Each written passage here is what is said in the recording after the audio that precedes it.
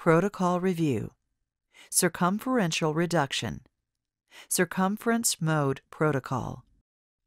This treatment protocol involves using the V-contour applicator with a medium cover.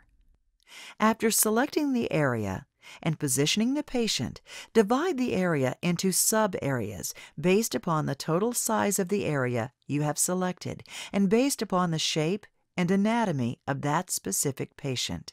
If you find you have a patient with a larger BMI or one where the opposite side of the abdomen is difficult to reach, divide the abdomen in two parts. If you have a smaller patient with a more normal BMI and can easily see and reach both sides of the abdomen, you can cover the entire anterior abdomen in one large area. Select the appropriate cover, which is usually the medium cover unless you are reducing in very small areas or in proximity to bone. Set parameters on the device screen or handpiece. Note that when setting parameters, off is a black circle, 1 is as shown, 2 is as shown, and 3 is a full red circle. For circumferential reduction, begin with IR off, RF 3, and vacuum 1. Adjust parameters as the treatment progresses as needed for patient tolerance and comfort. But keep in mind, the goal is to reach temperature endpoint and maintain heat over time. To achieve this, it is important to communicate with the patient. Start by telling the patient the goal is a deep heating sensation that is not uncomfortable. Tell them you will be using a scale of 1 to 5. The scale is as follows: 1, very minimal warmth; 2, more warmth; 3, deep but comfortable warmth; 4, uncomfortable; and 5, very uncomfortable. The goal is to move the applicator to the next position before the patient gets to 4 or 5. Therefore, take a minute to explain the scale to the patient and ask the patient to let you know when you reach 3. They can either put up a finger or simply say, "now," or "hot." Once you have reviewed this with the patient and set the parameters, add a thin but visible layer of spray onto the treatment area.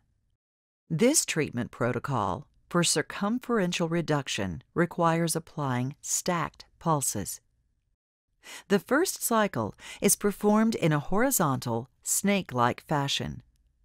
The first pass is completed by applying 5 stacked pulses at each placement or segment.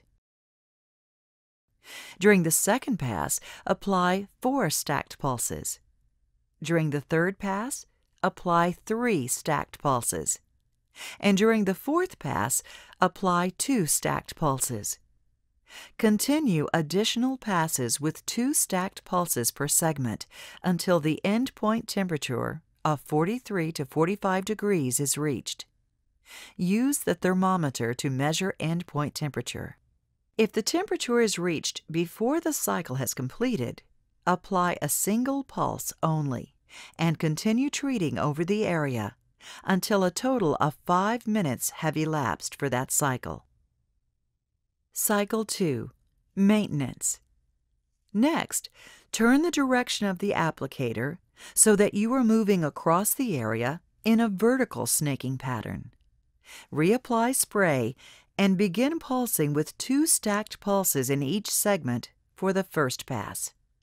You may continue with 2 stacked pulses if tolerated, or decrease to a single pulse as you repeat passes in the area.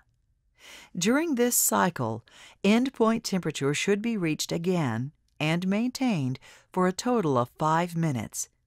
At the end of cycle 2, you should have been treating for 10 minutes in total. Finally, for cycle 3, again, rotate the applicator and change direction so that you are moving in a horizontal snake pattern. Reapply spray and return to 2 stacked pulses in each segment for the first pass, and for any additional passes as tolerated. When necessary, adjust down to a single pulse in each segment.